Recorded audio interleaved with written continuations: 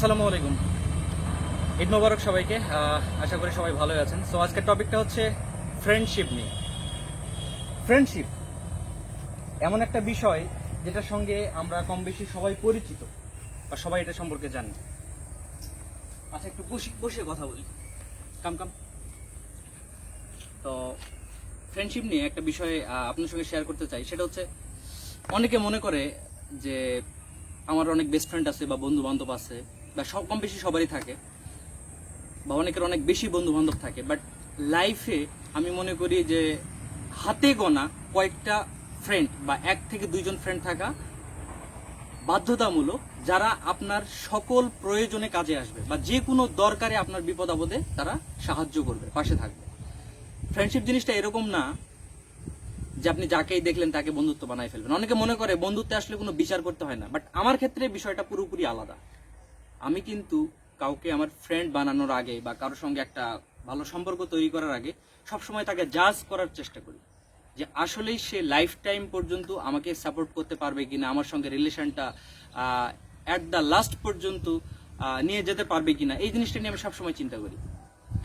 So basically আমি বলতে চাই এটা যে যখনই কাউকে বন্ধু বানাবেন অবশ্যই তাকে জাজ করে নেবেন।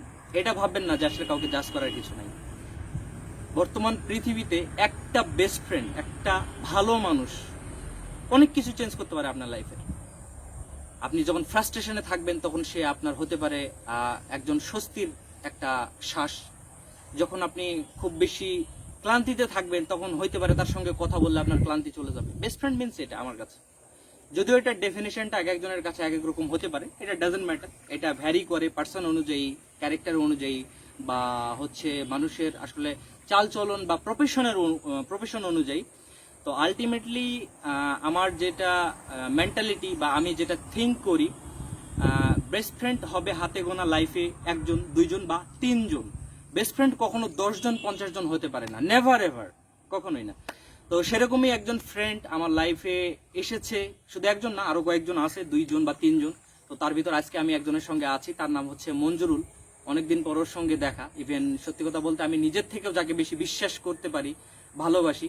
সো ডেফিনেটলি ও ভিডিওটা শুট আউট করছে, তাকে আমি একটু দেখাবো। ক্যামেরাটা আমি একটু তোকে একটু দেখাই। আচ্ছা, আসসালামু আলাইকুম। এটা আমার ফ্রেন্ড মঞ্জুরুল। এদিক থেকে ধরি ভিডিওটা, তাহলে বেটার আসবে।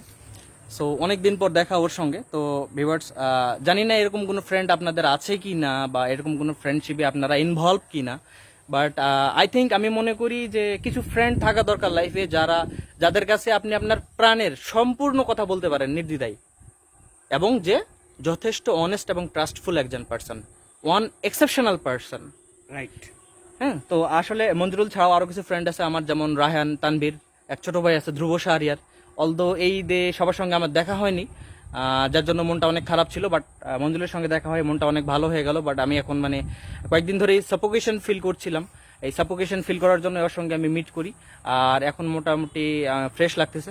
তো ওদের সঙ্গে মিট করে নিব, রায়হান বা তানভীর, ধ্রুব, ওদের সঙ্গে সেভাবে মিট হয়নি আমার এই ঈদুল আজহাতে। তো সামনে মিট করে নিব। তো ডেফিনেটলি চিন্তা করলাম একটা শর্ট ভিডিও তৈরি করি এটা নিয়ে। তো আর বেশি কিছু বলার নাই, এই আর কি।